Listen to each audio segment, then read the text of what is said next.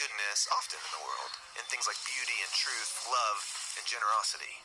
But in Genesis 3, we meet a creature who's in a state of rebellion against his creator.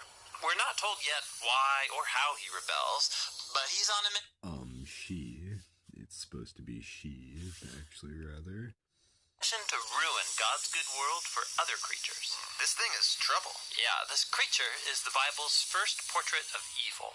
It distorts what God has purposed for good, ruining and dragging creation back into darkness and disorder. The first betrayal in the physical world, how it can manifest into the physical world as a creature.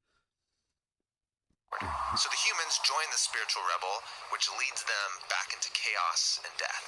And from this point on, the human rebellion is interwoven with a spiritual rebellion. And the biblical story shows how this happens over and over again. Okay, but wait, we're getting all this from a slithering snake? Well, there are clues in the story that it's more than just a snake. Like Remember, Eden is a high place where the earth and its creatures overlap with heaven and its creatures. So this snake could be a spiritual being. Well, Genesis 3 points in that direction, and then later biblical authors fill in the picture. Like when the prophet... It is a physical thing, actually, but it's like spiritual the way that it can manifest. It's a representation of Lilith and how, like, the devil can, like, manifest into physical form. And, you know, in physical form, I guess it would be like Lilith, right?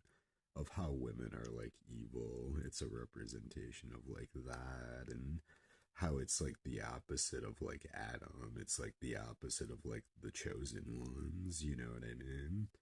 And, yeah, it's really evil. Like, female nature is evil, and, yeah, it's, like, just don't, like, let certain things get in your head too much, you know? Like, women are wrong about a lot of the things that they're saying.